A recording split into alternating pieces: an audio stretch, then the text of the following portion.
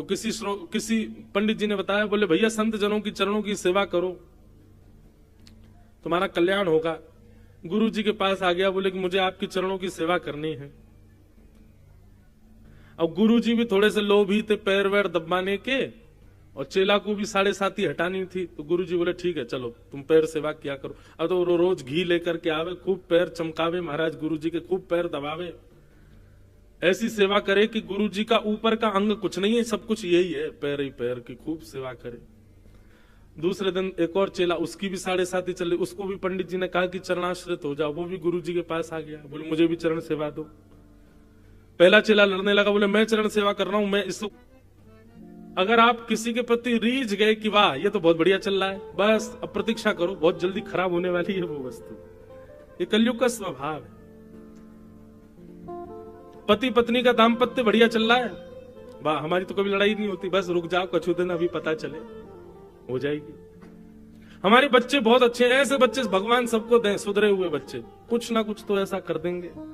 इसलिए भैया हम एक बात अपनी कथाओं में कहा करते हैं, किसी से भी ज्यादा उम्मीद मत रखो, क्योंकि संसार है, यहां पर कुछ भी जैसा चल रहा है वैसा नहीं रहेगा, कुछ ना कुछ तो बिगड़ेगा। कलयुग है भैया, यहां पर सब सम नहीं रहता है। आज अगर किसी को बहुत प्रतिष्ठा मिल गई है, किसी को बहुत मान सम्मान मिल गया है, एक दिन थोड़ा तो नीचे आना पड़ेगा। और कोई व्यक्ति बिल्कुल नीचे ही बैठा है, किसी दिन उसको ऊपर बैठना पड़ेगा, किसी दिन उसकी स्थिति वो हो जाएगी, सब उसको ही पूछेंगे। सब संसार में कब कहां क्या हो जाए, कब किसका काया पलट हो जाए, कुछ नहीं कह सकते। इसलिए भैया उम्मीद केवल ठाकुर जी से रखो और किसी से मत रखो। बिन गोपाल को नहीं अपनो, और किसी से कोई उम्मीद ही मत रखो, और किसी से कोई लगाव ही मत रखो, क्योंकि संसार में सब बदलने वाला है, सब कुछ। आज हम लोग खुशी मना रहे हैं कि खूब लोगों में भक्ति बढ़ रही है, खूब लोगों में, अच्छा है, पर एक दिन ऐसा भी आएगा कि इतने भक्त हो जाएंगे कि भक्ति भक्त आपस में एक दूसरे से ईर्ष्या करने लग जाएंगे। यह भी तो संभव है। अच्छा तूने केसरिया रंग पहना, ले मैं तुझसे बढ़िया पहन के आऊंगा, तूने ये किया तुझसे बढ़िया मैं करूंगा, इसी में ही ईर्ष्या प्रकट हो जाएगी।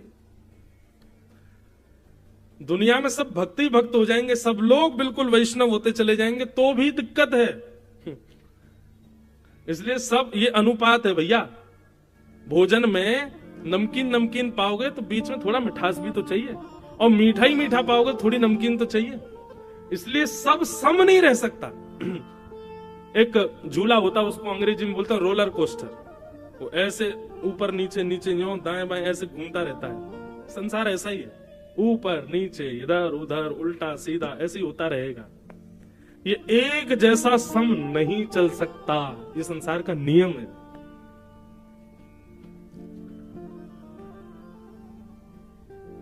राजा परीक्षित के राज्यकाल का अगर आप लोग भाव सुन लेंगे ना, तो कहेंगे ऐसा राजा तो कोई हुआ ही नहीं होगा।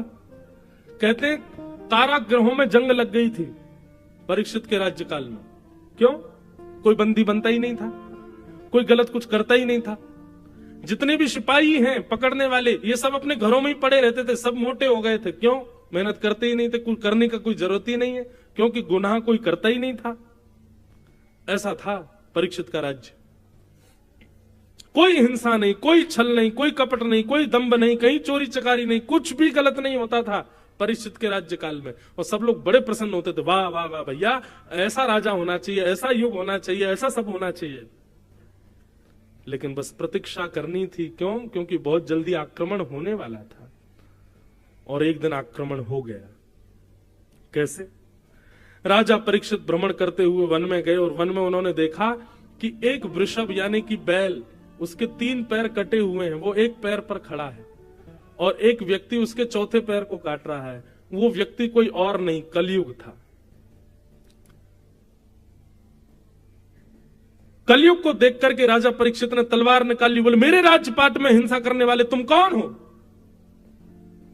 जैसे ही तलवार घुमाने लगे, परीक्षित जी के चरणों में कलयुग आ गया। बोले भगवान मुझे मत मारिए, मैं ब्रह्मा जी के द्वारा बनाया गया कलयुग हूं, मैं युग हूं, सतयुग के बाद त्रेता, त्रेता के बाद द्वापर, अब द्वापर चला गया, मेरी बारी आई है, मैं आ गया। बोले कब आए तुम?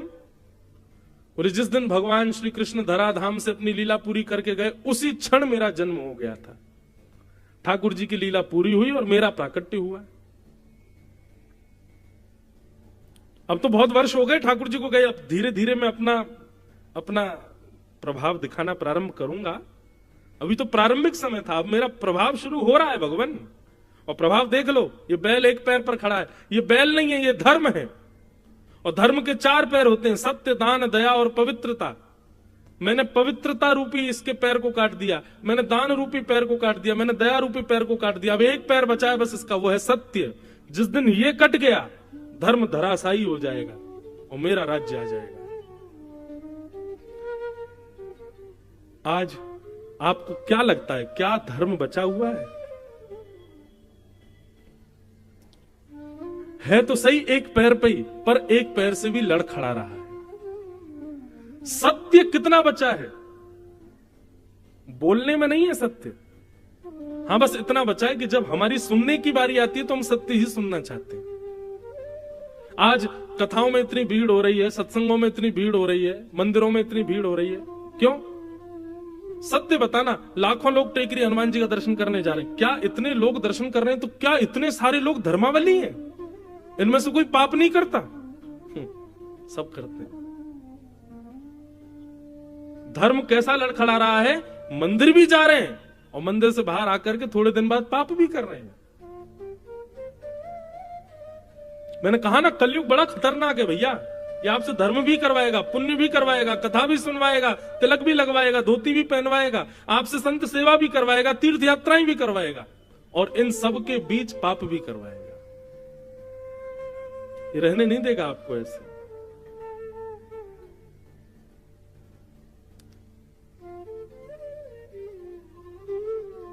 बस इसीलिए मैं बार बार कहता हूं, हम पे समय बहुत कम है, अभी समय है। कलयुग जैसे ही दूसरी करवट लेगा ना, तब तक बहुत देर हो जाएगी। और वो कभी भी ले सकता है, कल भी ले सकता है, परसों भी ले सकता है। इसलिए कोई समय का पता नहीं है भैया। जितना हो सके भगवत भजन करके जल्दी निपट लो, यहां से निकल लो। यहां ठीक नहीं है अब माहौल। अभी कथा भागवत आदि चल रही है, लेकिन ये ज्यादा समय तक नहीं चलेगी। मैं घोषणा कर रहा हूं मंच से, कुछ समय बाद ये सब नहीं हो पाएगा, भयावह समय आएगा और कथा, संत, महापुरुष, वैष्णवों को ही केंद्र बिंदु बनाया जाएगा, कुछ गलत किया जाएगा। भगवान करे उससे पहले हम तो चले जाएं, हम आप सब लोग निपट लें यहां से। बहुत भयावह समय आने वाला है भैया, कलयुग। तो मैं क्या निवेदन कर रहा था? सत्य के पैर काट रहा था कलयुग, धर्म का अंतिम पैर सत्य। परीक्षित जी महाराज चिंतित हो गए, बोले कि अरे कलयुग तुम आ गए? बोले जी, निकलो अभी यहां से, तुम मेरा राज्य छोड़ करके जाओ, कहीं और जाकर के रहो, लेकिन मेरे राज्य में तुम नहीं रहोगे। बोले महाराज पृथ्वी के एक छत्र सम्राट हो आप, कहां जाऊं मैं? पूरी पृथ्वी के राजा हो और पूरी पृथ्वी पर मेरा आक्रमण। राजा परीक्षित बोले मैं जीने तो नहीं दूंगा तुमको यहां पर। बोले ये ब्रह्मा के द्वारा बनाया गया नियम है, आप इसको तोड़ नहीं सकते, आपको मुझे स्वीकार करना पड़ेगा। हां, आपकी इस वेदना को मैं थोड़ा सा इसका समाधान ये कर सकता हूं कि आप मुझे स्थान दे दीजिए कि ये तेरे स्थान है, तुझको यहीं रहना है। मैं आपको वचन देता हूं, उन स्थानों का मैं कभी त्याग नहीं करूंगा, मैं उन्हीं स्थानों में रहूंगा और आप खुद देखिएगा, ये संसार के लोग खुद मेरे पास आएंगे, आप मुझे स्थान दो। परीक्षित जी बोले मैं ऐसे स्थान दूंगा कि कोई जाएगा ही नहीं तुम्हारे पास। बोले देख के दे लीजिए, जितने बुरे से बुरा स्थान दे सको दे दीजिए, लेकिन मैं भी वचन दे रहा हूं, ये कलयुग है महाराज, मेरा युग है, आदमी स्वयं मेरे पास आएगा। और 5 स्थान दिए कलयुग को। आज भी बंधुओं, और कलयुग के अंत तक भी कलयुग केवल 5 ही स्थानों पर रहेगा, लेकिन प्रभाव वो सब पर करेगा। और ये 5 स्थान कौन कौन से? द्योतम, पानम, स्त्रिय, सूना, यत्रा धर्मश्चतुर्विध, पुनश्च याचमानाय जात रूप मदात प्रभु। 5 स्थान। सबसे पहले कलयुग का स्थान क्या है? जुआ।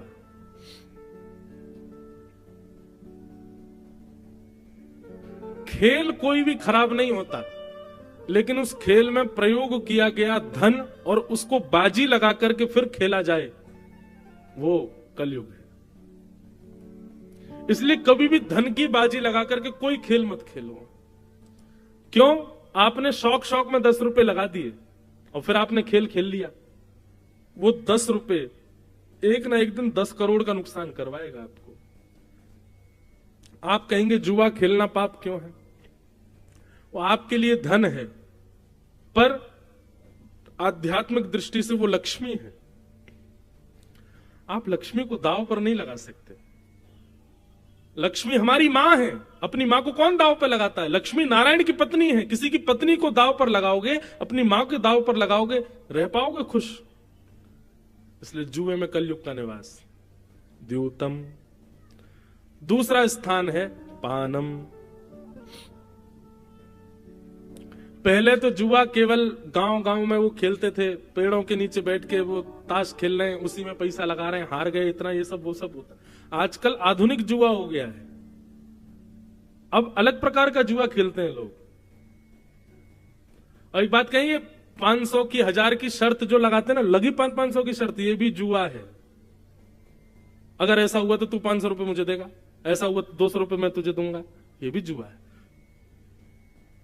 ऐसा नहीं, उसमें कलयुग का निवास।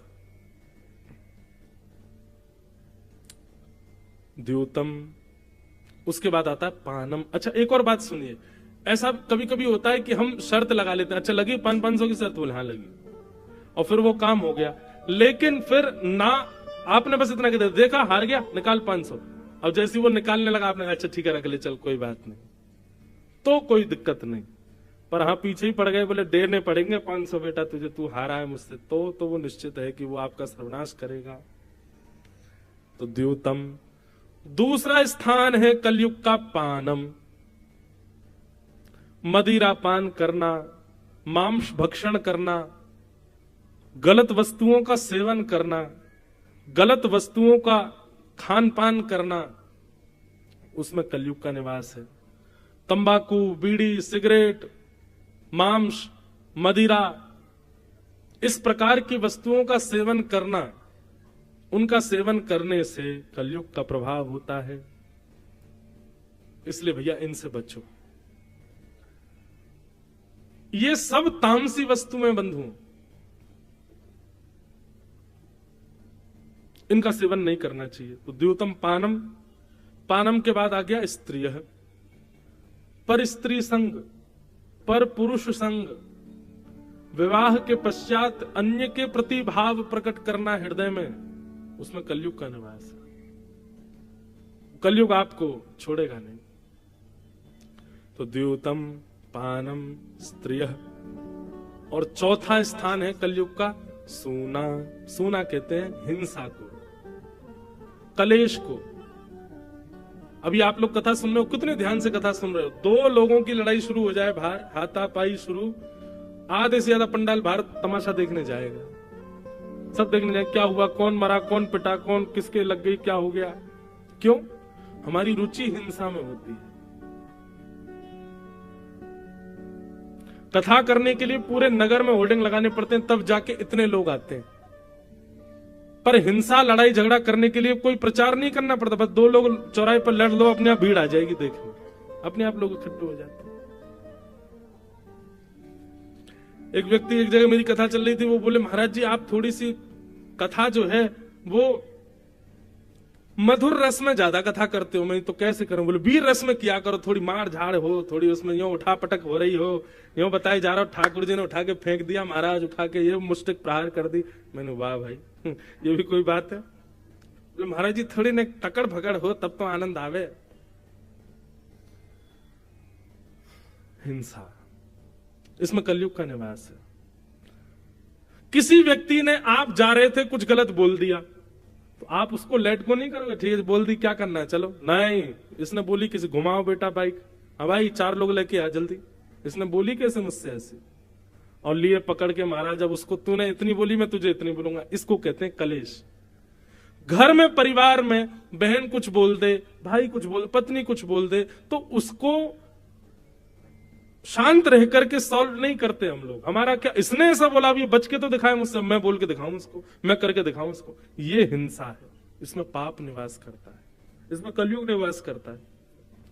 बंधुओं, ये कलयुग घरों में ऐसे ही आता है। किसी एक व्यक्ति का मूड खराब करके वो ऐसी कुछ बात बुलवा देगा कि बाकी लोगों का भी दिमाग खराब होता है, फिर एक दूसरे से लड़ाई झगड़ा कर करके सब कलेश करके खत्म कर देते हैं।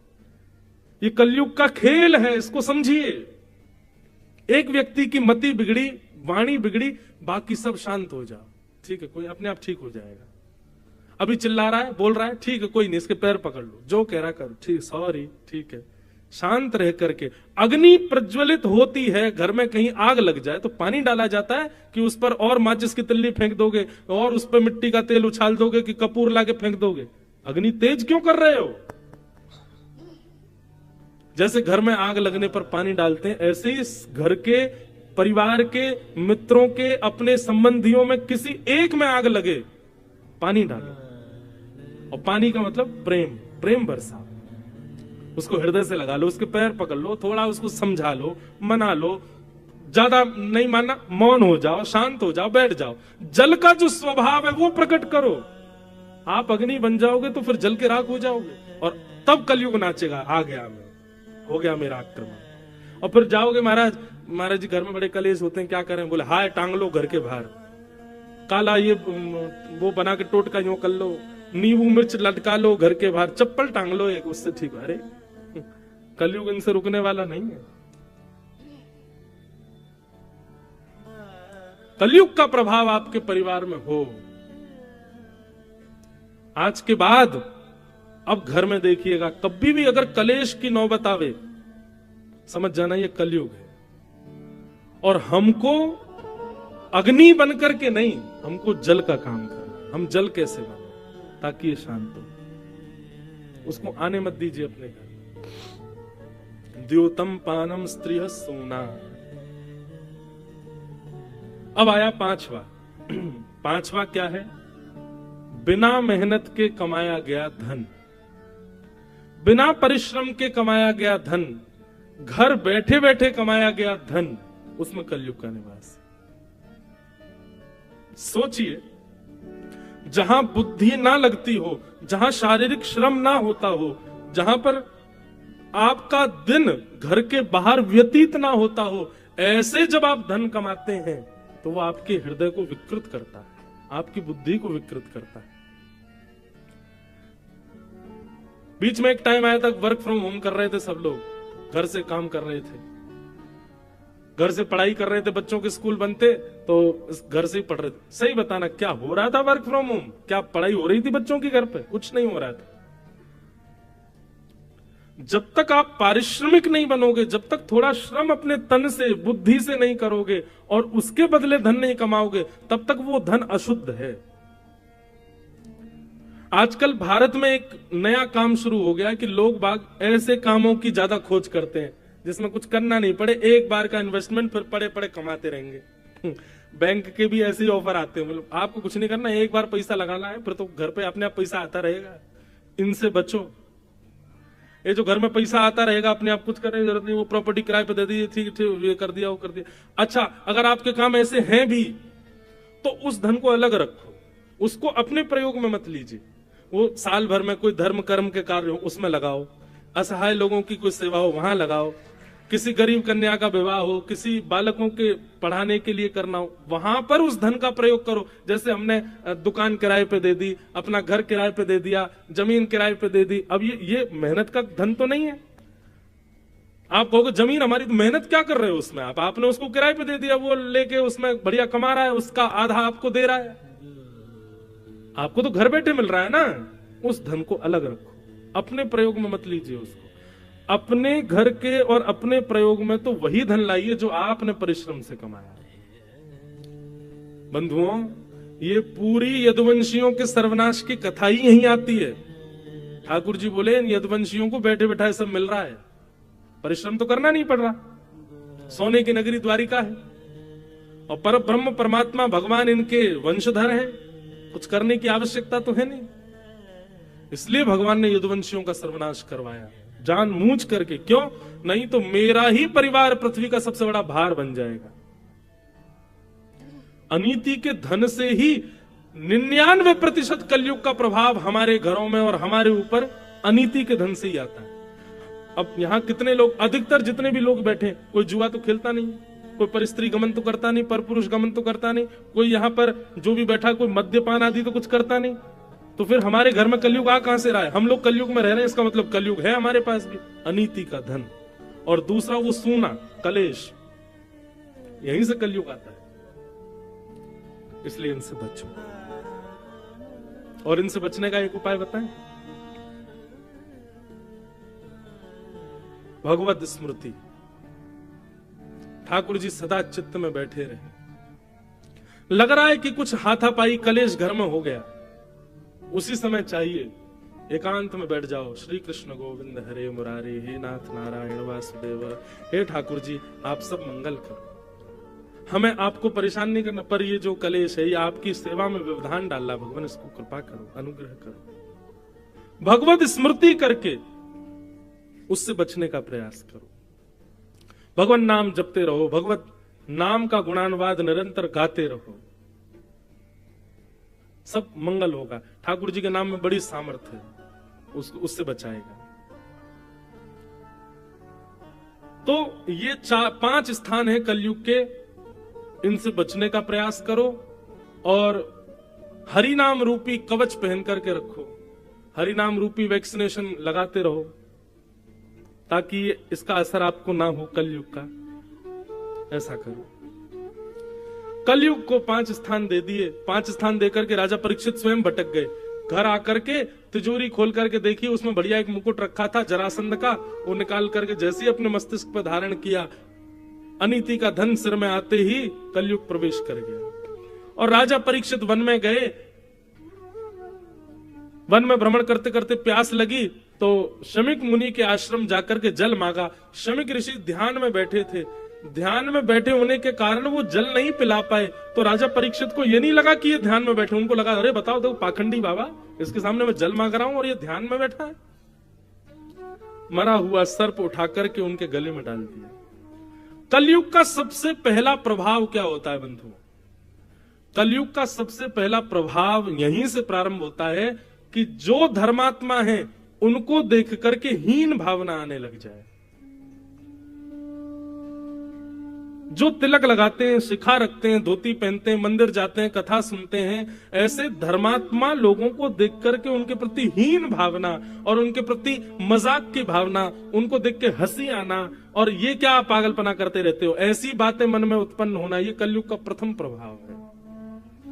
धार्मिक लोगों को उपेक्षित दृष्टि से देखना, ये धर्म का प्रभाव, ये कलयुग का प्रभाव है। राजा परीक्षित बोले अरे ये हमारे सामने नाटक करते हैं, पाखंड करते हैं संत होने का, गले में मरा हुआ सर्प डाल दिया। शमिक ऋषि के गले में मरा हुआ सर्प देख कुछ बालकों ने जाके शमिक के पुत्र को बता दिया, श्रृंगी को, कि तुम्हारे पिता के गले में मरा हुआ सर्प पड़ा है, राजा परीक्षित ने डाला है। श्रृंगी ने हाथ में जल लेकर के श्राप दे दिया, मैं राजा परीक्षित को श्राप देता हूं, मेरे पिता का अपमान किया, आज के 7वें दिन उनको तक्षक सर्प डस देगा, उनकी मृत्यु हो जाएगी। राजा परीक्षित लौट करके अपने राजभवन आए, जैसे ही मुकुट उतारा सोचने लगे आज मैंने क्या किया, एक ध्यानस्थ बैठे हुए संत के गले में मरा हुआ सर्प डाल दिया मैंने, ये मैं कैसे कर सकता हूं, ये मेरा स्वरूप तो नहीं था, ये मेरा स्वभाव तो नहीं था। कभी बंधुओं जेल में जो कैद होते हैं ना, कैदी, उनसे पूछो कि यार तुमने ऐसा क्यों किया, तो वो यही कहेगा पता नहीं उस समय मेरी मति कैसे घूम गई, मैं कभी सोच भी नहीं सकता था कि मैं ऐसा करूंगा, पर पता नहीं मेरी बुद्धि को उस समय क्या हो गया। ये बुद्धि विकृति ही तो कलयुग करता है। कभी कभी आप क्रोध नहीं करते, लेकिन अचानक आपको क्रोध आया, आपने कुछ बहुत गलत बोल दिया, बाद में आपको फिर रिग्रेट, पता नहीं कैसे निकल गया मेरे मुख से ऐसा, मुझे गलती हो गई, क्षमा करो। ये जो प्रभाव बीच बीच में दिखते हैं ना, यही कलयुग है। कभी दूसरे के ऊपर आपके अंदर ईर्ष्या नहीं आती, लेकिन अचानक आ जाए, समझ जाना कलयुग है। कभी पर स्त्री पर पुरुष को देख करके कभी भाव नहीं आया, लेकिन अचानक आ गया, कलयुग। और जब जब ये प्रभाव का दर्शन हो बंधुओं, बस उस समय नेत्र बंद कर लेना, त्रिभंग ललित श्याम सुंदर को याद कर लेना। कल ही आया भी होगा तो उनके आते ही चला जाएगा, भाग जाएगा वहां से। ठाकुर जी आ गए, अब मेरा स्थान नहीं है यहाँ पे। राजा परीक्षित सोचने लगे मैंने क्या कर दिया, बहुत बड़ा अपराध कर दिया मैंने तो। तभी शमीक ऋषि के आश्रम से एक गौरमुख नाम के शिष्य आए और आकर के बोले, राजा परीक्षित, आपने जो आज किया है ना उसका आपको परिणाम भोगना पड़ेगा। आज के ठीक 7वें दिन तक्षक सर्प के दंशन से आपकी मृत्यु हो जाएगी। राजा परीक्षित को जैसी ये बात पता चली, नेत्र बंद हो गए राजा के। प्रणाम किया, अपने पुत्र को बुलाया, जन्मेजय इधर आओ। जन्मेजय जैसे ही पास आया, स्वयं राज सिंहासन से उठ करके जन्मेजय को बैठा करके तुरंत अपना मुकुट उतार करके उसके सिर पर, एक क्षण भी विलंब नहीं किया राजा परीक्षित ने। महामंत्री, सेनापति सब देखते रह गए, ये क्या कर रहे हैं राजा परीक्षित। अपनी पत्नी से बोले, देवी मैं संसार का सबसे भाग्यशाली आदमी हूं। पत्नी कहने लगी, 7 दिन में मरने वाले व्यक्ति जिसको श्राप लगा है वो अपने आप को भाग्यशाली कैसे कह सकता है। बोले, मैं भाग्यशाली इसलिए हूं, ब्राह्मण के मुख से निकला हुआ वाक्य जनार्दन का वाक्य माना जाता है। शास्त्र आज्ञा करते हैं ब्रह्म वाक्यम जनार्दनम। ब्राह्मण यदि कुछ कह दे तो ये समझ लो ठाकुर जी ने कहा है। और ठाकुर जी कभी किसी का अनहित नहीं चाहते। आज एक ब्राह्मण ने आकर के कहा कि मुझे 7 दिन में मरने का श्राप लगा है, देवी यदि तुम विचार करो तो हमारे अगले क्षण का भी नहीं पता कि हम जीवित रहेंगे कि नहीं, हमारे प्राण कभी भी निकल सकते हैं। मैं आज रात्रि सोऊंगा, कल की कथा कहूंगा, कोई गारंटी नहीं। आप आज की कथा में आए हो, कल आओगे, कोई गारंटी नहीं। कभी भी किसी के भी प्राण निकल सकते हैं। हमारे परीक्षित को तो फिर भी 7 दिन में मरने का श्राप मिला है, मुझे और आपको तो हर सेकंड में मरने का श्राप, कभी भी मर सकते हैं हम। हमारे प्राण तो कभी भी निकल सकते हैं। राजा परीक्षित ने इसी बात को कहा कि मैं बहुत बड़ा भाग्यशाली हूं देवी, अगले 7 दिन में यदि पहाड़ भी कोई मेरे ऊपर गिर जाएगा तो भी मेरे प्राण नहीं निकलेंगे 7 दिन से पहले। प्राण तो अब 7 दिन बाद ही निकलेंगे। इसलिए संसार को कोई व्यक्ति नहीं कह सकता कि मैं अगले घंटे जीवित रहूंगा, लेकिन मैं दावे से कह सकता हूं कि अगले 7 दिन तक मुझे कोई नहीं मार सकता।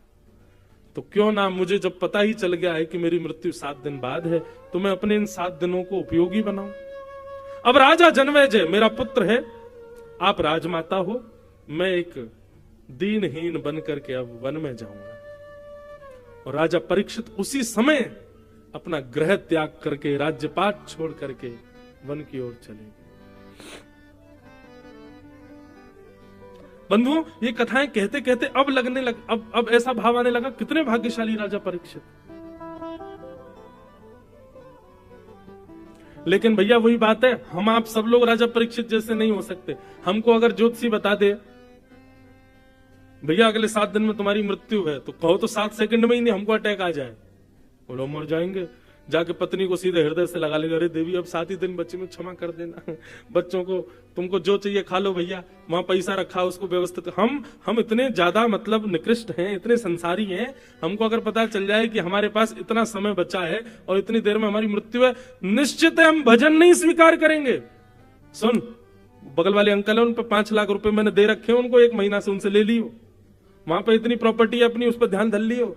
इतना पैसा बैंक अकाउंट में ले, सब 7 दिन के अंदर मैनेजर बैंक के सबसे मिलकर साइन वाइन बदलवा देंगे, सब बेटा तू संभाल, अब सब तेरा ही तो है, तुझे ही तो करना है। हम तब भी संसार को ही याद करेंगे। लेकिन राजा परीक्षित वन में चले गए और वन में जाकर के गंगा के तट पर जाकर के बैठ गए। अनंत ऋषि वहां बैठ करके भजन कर रहे थे। सबसे जाकर के राजा परीक्षित ने प्रणाम करते हुए कहा, मुझ पर समय ज्यादा अभिवादन करने का नहीं है, मैं सीधे प्रश्न कर रहा हूं कि हे भगवान, जिस व्यक्ति के जीवन के बहुत कम दिन बचे हों, केवल 7 ही दिन बचे हों, उसको मुक्ति कैसे मिलेगी? मुझे क्या करना चाहिए कि मुझे मुक्ति मिल जाए?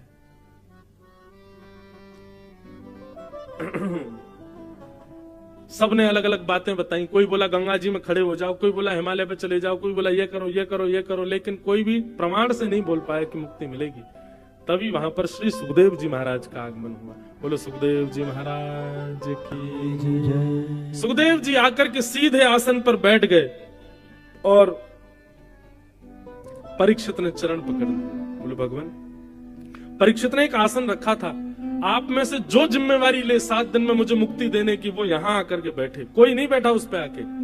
16 वर्ष के नन्हे से तुम द्वष्ट वर्ष, श्री सुखदेव जी महाराज आकर के उस पर बैठ गए और इतने विश्वास के साथ आकर के बैठे पद्मासन में। राजा परीक्षित को मुक्ति दिलाने के लिए मानो स्वयं चल करके श्री राधा रमन लाल पधारे हों सुखदेव जी के रूप में। सुखदेव जी के चरणों में वंदन किया और कहा, भगवान मेरे जीवन के केवल 7 दिन बचे हैं, मेरी मुक्ति का उपाय बताइए। अब यहां से सुखदेव जी महाराज कहना प्रारंभ कर रहे हैं और परीक्षित चरणों में विनती कर रहे हैं, तेरी शरण में आके मैं धन्य हो गया, तेरी शरण में आके सब लोग करताल बजा के धन्य हो गया। बंधुओं, हम सब भी परीक्षित हैं, हम भी सुखदेव जी से प्रार्थना कर रहे हैं, हे सुखाचार्य जी, इतने अल्प आयु में भगवत प्राप्ति का साधन आप ही हमको बता सकते हैं। हे भागवत जी, आप ही हमको आज्ञा करिए कि हम कैसे भगवत प्राप्ति करें। बंधुओं, आज 4 दिन हो गए कथा को, 4 दिन की कथा और शेष बची है। सब लोग भागवत जी से प्रार्थना करो, हे भागवत जी, हम बड़े भाग्यशाली हैं कि आप चल के हमारे नगर में पधारी, आप आकर के ये सुंदर ज्ञान हमको प्रवाहित कर रही हैं, जिससे हमारा जीवन सुखद आनंदमय बनेगा। इसलिए सब लोग करताल बजा करके भागवत जी से प्रार्थना करते हुए गाओ, तेरी शरण में आके मैं धन्य हो गया, तेरी शरण में आके मैं धन्य हो गया।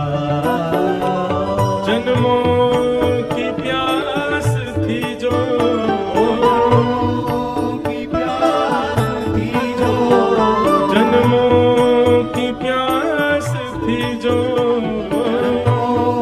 की प्यास थी जो, संपन्न हो गया, तेरी शरण में आके मैं धन्य हो गया। करताल बजा के गाओ, श्री राधा रमन लाल की, श्री टेकरी हनुमान जी महाराज की।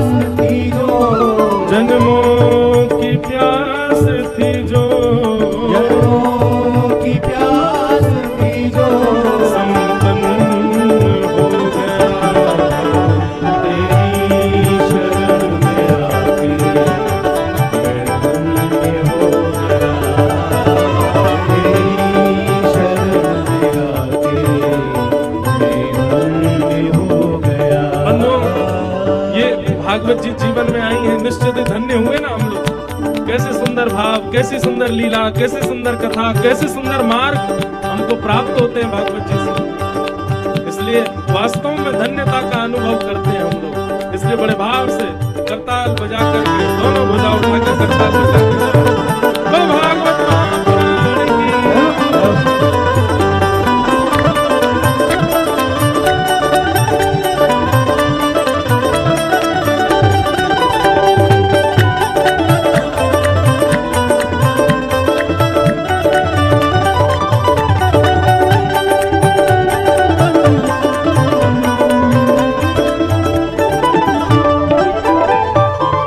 करना कभी न दूर प्रभु चरणों से आप हो।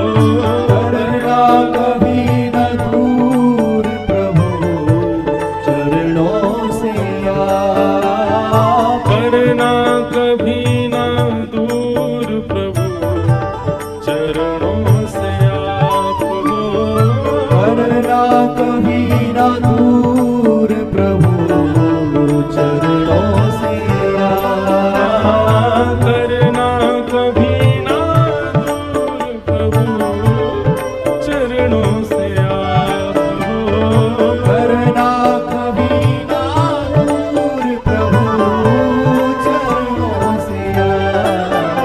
चरणों के ही सहारे, चरणों के ही सहारे, चरणों के ही सहारे, चरणों के ही सहारे भव पार हो गया।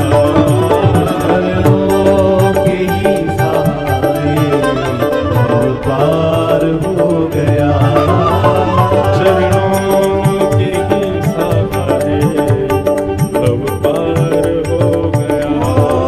चरणों के ही सहारे भव पार हो गया। जन्मों की प्यास थी जो, जन्मों की प्यास थी जो, जन्मों की प्यास थी जो, जन्मों की प्यास थी जो, संपन्न हो गया। तेरी शरण में आके मैं धन्य हो गया।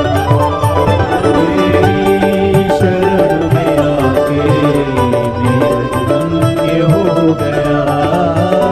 जय राधे राधे, राधे राधे, जय राधे राधे, राधे राधे, शुभानु दुलारी राधे राधे, बरसाने वाली। राधे राधे, जय राधे राधे, राधे राधे, राधे राधे, राधे राधे, जय राधे राधे राधे, राधे राधे राधे, जय राधे राधे, राधे राधे, राधे राधे, राधे राधे, जय राधे राधे, राधे राधे, राधे राधे राधे, राधे राधे राधे, राधे राधे, राधे राधे, सब भाव से गाओ, राधे राधे, सब प्रेम से गाओ, राधे राधे, सब हिल मिल गाओ, राधे राधे, बरसाने वाली। राधे राधे, जय राधे राधे, जय राधे राधे, राधे राधे, जय राधे राधे, जय राधे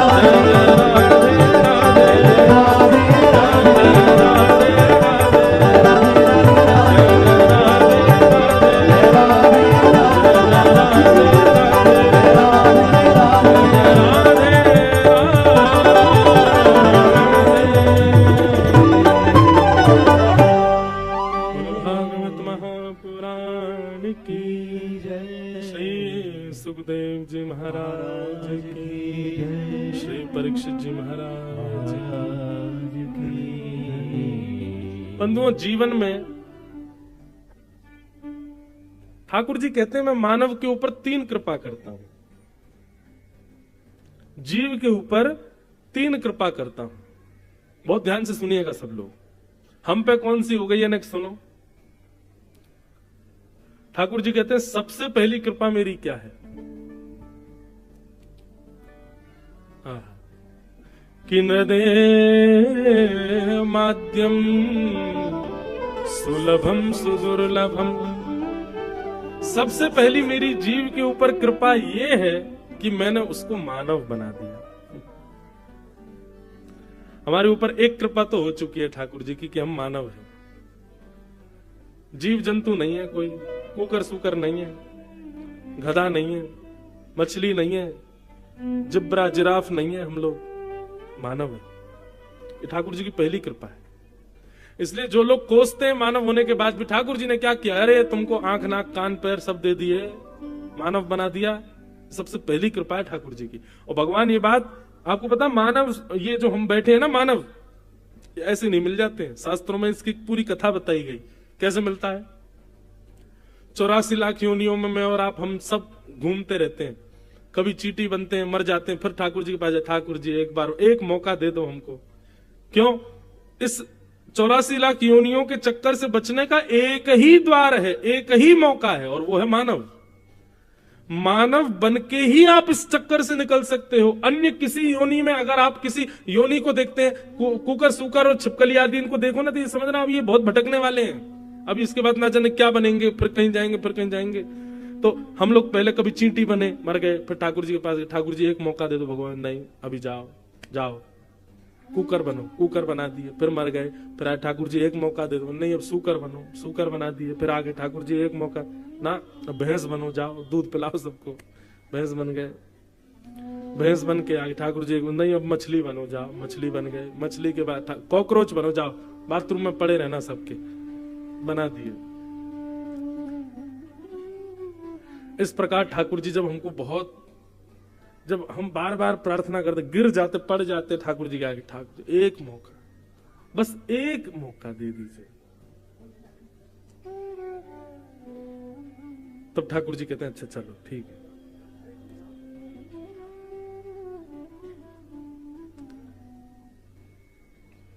ठीक है हम देखते हैं, आप लोग सब इधर देखो। क्या बता रहा था मैं? हाँ, तो फिर ठाकुर जी से हम कहते हैं ठाकुर जी एक मौका दे दो। मानव शरीर मौका है, इसका नाम ही मौका, निकलने का मौका यहां से। तो ठाकुर जी क्या करते हैं, अच्छा तुम बहुत रो रहे हो, बहुत तुम 33 लाख योनियों 84 लाख योनियों में भटक लिए, चलो अब तुमको हमें कृपा करते हैं। तब भगवान 5 लोगों को बुलाते हैं। ये 5 लोग कौन है? बोल पंच तत्व, पृथ्वी जल अग्नि वायु आकाश। इन पंच तत्वों को बुला करके ठाकुर जी कहते हैं भैया इसको एक मानव देह देना है, लोन पे, लोन पे देना है इसको, ऋण ऋण। तब ये पंच तत्व हमसे सौदा करते हैं, पृथ्वी जल अग्नि वायु आकाश, ठीक है हम तुमको ऋण दे रहे हैं। वर्ष पहले ही निश्चित हो जाता है, 70 वर्ष के लिए आ रहे हैं, 80 वर्ष के लिए आ रहे हैं, कितने वर्ष के लिए आ रहे हैं, फिर उसमें भी कुछ टर्म्स होते हैं, इतना अगर तुमने ये गलत किया तो इतने दिन में तुम्हारी छुट्टी हो जाएगी, बढ़िया रहे तो ऐसा चलेगा, ऐसा रहे, सब पहली बात हो जाती है। कुल मिला के हमारी उनसे बात होती है कि वे 5 हमको लोन देंगे, और लोन में उन 5 के मिश्रण से शरीर मिलता है। लेकिन लोन चुकाना कैसे? शरीर कहते हैं कि भाई जब तुम्हारा जीवन पूरा होगा तो हम 5 अपने पंच तत्व लेने आएंगे। तो जब तुम्हारे परिवार के लोग तुम्हारा अग्नि संस्कार करेंगे, अग्नि तत्व अग्नि में, जल तत्व जल में, वायु तत्व वायु में, पृथ्वी तत्व पृथ्वी में, सारे तत्व अपने तत्व ले जाते हैं। लेकिन हमको ब्याज सहित वापस चाहिए। बोले ब्याज क्या लगेगी?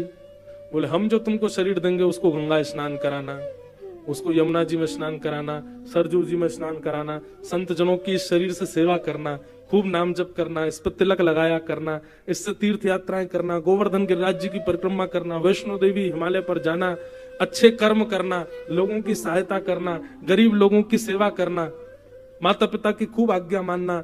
इस शरीर से कुछ भी गलत मत करना। गलत करोगे तो समझो उतनी तुमने हमको ब्याज नहीं दी। तो ब्याज सहित हमारे तत्वों को वापस करना ठाकुर जी के सामने सौदा हो जाता है। ठाकुर जी कहते हैं भैया अब तुम्हारी बात हो गई, चलो तुम बहुत दिन से रो रहे थे, अब तुमको हम मानव बनाते। तब जाकर के ठाकुर जी हमको मानव बनाते। 7वें महीने जब मां के गर्भ में होता है तब भी हमको याद होता है कि हम क्या क्या बात करके ठाकुर जी से आए और हम कहां कहां योनियों में घूम के आए। 9वां महीना प्रारंभ होते ही जैसे हमारे प्रकट का समय आता, हम खुश होने लग जाते, अब हमारा जन्म होगा। और जन्म लेते ही जब तक माता पिता भाई बंधुओं को नहीं पहचानते तब तक भी हमको सब याद रहता है, लेकिन जैसे ही ये माया अपना जाल डालना प्रारंभ करती है, ये माँ है, ये पिता है, ये भाई है, बंधु है, तुम्हारी इतनी संपत्ति है, तुम इतने पैसे वाले घर में हुए हो, तुम्हारा इतना सब कुछ है, ये भोग है, ये विलास है, इतने सारे संसार में ये सब, ओहो, इसकी चकाचौंध में इतने अंधे हो जाते हैं, भूल जाते हैं सब ठाकुर जी। फिर ठाकुर जी बीच बीच में आपके पास पत्र भिजवाते हैं। किस रूप में? जैसे गुना में कथा हो रही है, ये ठाकुर जी ने एक पत्र भेजा, बोले बेटा समझ जाओ, तुमको मानव बना के भेजा हमने, है कथा में जाओ सुनो व्यास जी से, क्यों आए हो तुम पृथ्वी पर। लेकिन बाहर से ही बोर्ड देख करके चले जाता है, अरे कहा भीतर बैठे 3 घंटा क्या करना है हमको। ठाकुर जी एक नहीं अनेक बार आपको मैसेज भिजवाते हैं, कथाओं के द्वारा, सत्संग के द्वारा, संत जनों के द्वारा, कि भैया तुम क्यों आए हो पृथ्वी पर, समझ जाओ। जैसे बैंक वाले लोन लेने के लिए फोन करते बार बार, हे भाई तुम्हारा लोन कब चुका रहे हो, तुम कब पूरा कर रहे हो, ब्याज ब्याज। तो ऐसे ठाकुर जी बीच बीच में कथा बताएं के द्वारा भेजते रहते हैं। तब भी नहीं मानता वो व्यक्ति, और दूषित क्रिया करते हुए जैसे ही प्राण त्यागता है, तब पंच तत्व उसके सामने खड़े हो जाते हैं और कहते हैं, भाई तुमने हमारी पंच तत्व तो वापस किए, लेकिन तुमने तो और अपवित्र करके वापस किया, इससे खूब मदिरा पान करी तुमने, है तुमने परिस्त्री संग किया, इतने दूषित काम किए, लोगों के पैसा मारे, छल किया, कपट किया, दंभ किया, लोभ किया। तब ये पंच तत्व भगवान से शिकायत करते हैं कि इसको ठाकुर जी ऐसी यातना देना कि जीवन भर याद रखे। भगवान कहते हैं यातना देना हमारा काम नहीं, सौदा हमने कराया, अब जाओ, यमराज हैं, आदि हैं, इनसे जिससे तुमको यातना दिलवानी हो। तो पंच तत्व गले में फांसी लिए घूमे रहते हैं, हमको सब जगह भगवाते हैं, इतने साल नरक में रहेंगे, इतने साल वहां जाएंगे, ये करेंगे। इस तरीके से हमारा जीवन चलता है। तो भैया भगवान की सबसे बड़ी कृपा क्या है कि हम मानव हैं, और उसमें भी उससे बड़ी कृपा क्या है कि हम ठीक ठाक हैं, आंखें हैं, नाक है, जीभ है, कान है, हाथ है, पैर है, कोई शिकायत करने को लिए नहीं है कि भाई हम पे ये कमी है। ठीक है, कमी हो भी तो ठाकुर जी उतना लोन कम कर देंगे, सब कुछ है। ये भगवान की पहली कृपा। दूसरी कृपा क्या है कि न देह माध्यम सुलभम सुदुर्लभम।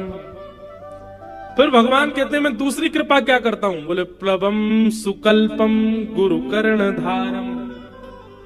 बोले मैं उसको बार बार गुरुजन उसके जीवन में भेजता हूं, अगर ठुकरा दे तो वो उसकी इच्छा, लेकिन किसी एक को स्वीकार करके अपना गुरु बना ले तो समझना ये मैंने उस पर दूसरी कृपा की। क्यों? मानव तो बना दिया, अब मानव बनने के बाद सद्मार्ग दिखाने वाले गुरु भी मैंने उसको दे दिए। ये मेरी दूसरी कृपा है। और मेरी तीसरी कृपा क्या है, बोले मयानुकूले नभस्वतेरितम। तीसरी कृपा भगवान बता रहे हैं कि उसके हृदय में भक्ति प्रकट हो जाए और वो अपनी अनुकूलता से रहना बंद कर दे, मेरी अनुकूलता से रहने लग जाए। जो मैंने गीता में बताया, जो मैंने रामायण में बताया, जो भागवत में, महाभारत में मेरे उपदेश हैं, उन उपदेशों को सुन करके मेरी अनुकूलताओं से अपना जीवन निर्वहन करने लग जाए। भगवान कहते हैं तीसरी कृपा है मेरी उसके ऊपर। ये 3 कृपा ठाकुर जी करते हैं। तो पहली कृपा तो साक्षात है कि हम सब मानव हैं, तो पहली कृपा तो हम पे हो चुकी है। अब ये 2 कृपाएं हम करवाना चाहते हैं कि नहीं, ये हम देख लें जीवन में। गुरु मैं फिर कहूंगा बंधु, गुरु का मतलब दीक्षा लेना नहीं होता, दिशा लेना होता है।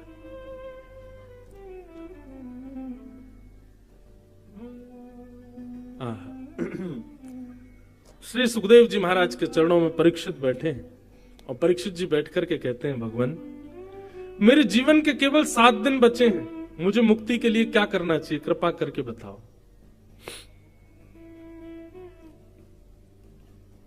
सुखदेव जी महाराज 1 मिनट के लिए मौन रहते हैं और 1 मिनट विचार करके सीधे बोलना प्रारंभ करते हैं। और यहां से सुखदेव जी की वाणी प्रारंभ होती है कि वरीयानेशते प्रश्न कृतो लोक हितम नृप आत्मवीत सम्मतः पुंसा श्रोतव्यादिशुयपर। बहुत सुंदर बात।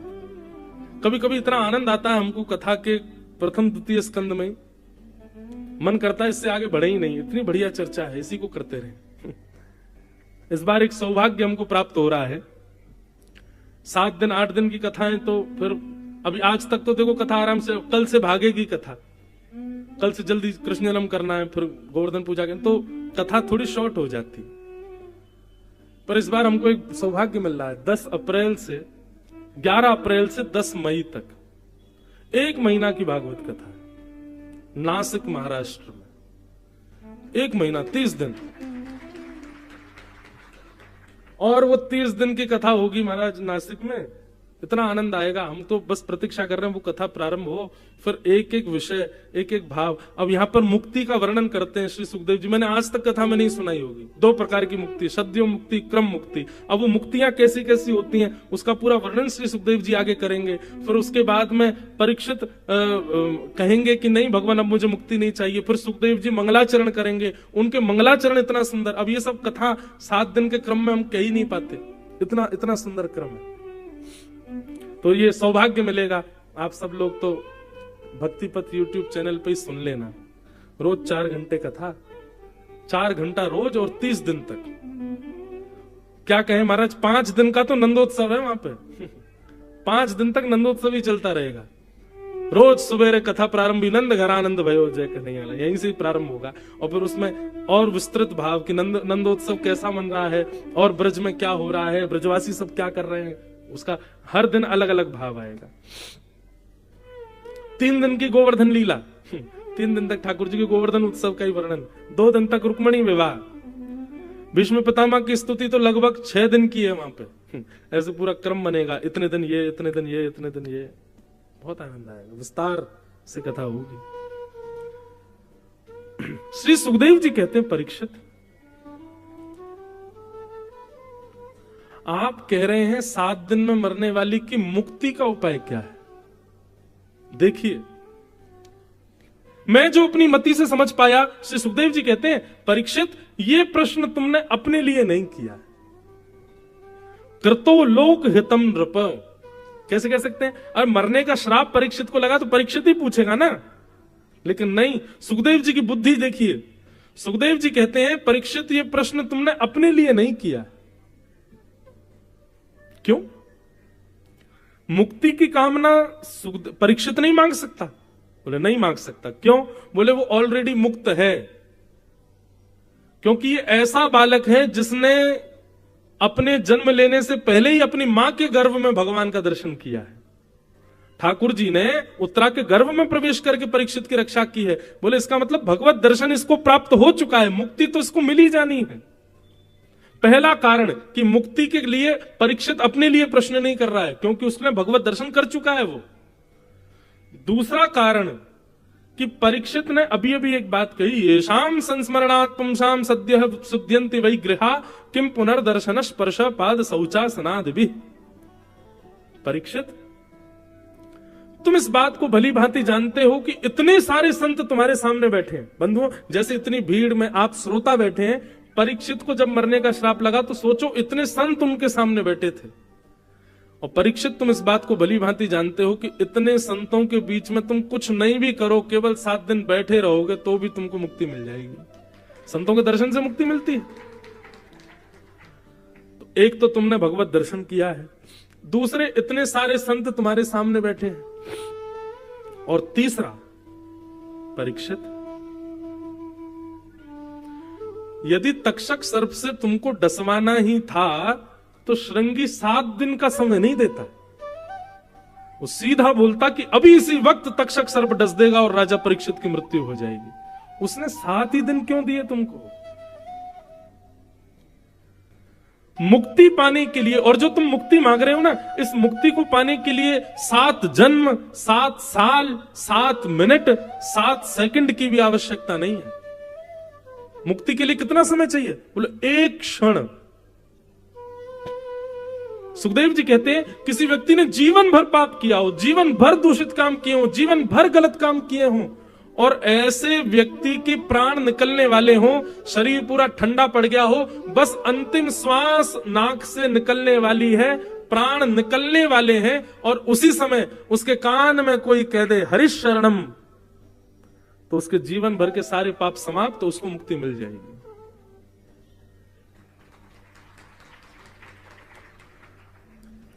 ताली बजाई, अच्छी बात है, लेकिन बात तो सुनो पूरी। अभी बात पूरी नहीं हुई है। आप कह रहे हो कि मुक्ति का उपाय